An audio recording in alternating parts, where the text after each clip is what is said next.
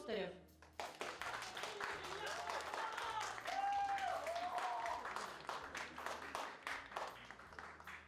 Darja Kuznetsova.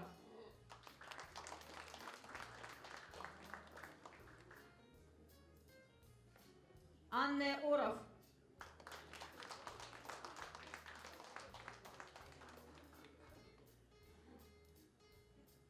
Darja Patapova. Lõpetajad, õnnitlen teid Ida-Virumaa Kutsehariduskeskuse lõpetamise puhul.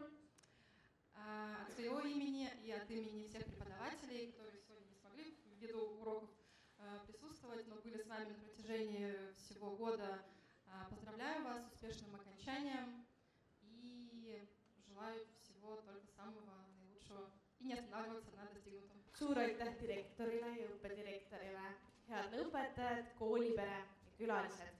Sellega on meie Tallinna lõpuaktus lõpule jõudnud. Täname teid kõiki siia tulemast, jagamast seda erilist hetke ja toetamast meie lõpetajad nende olulisel teekonnal. Lõpud tähendavad alati ka uusi algusi.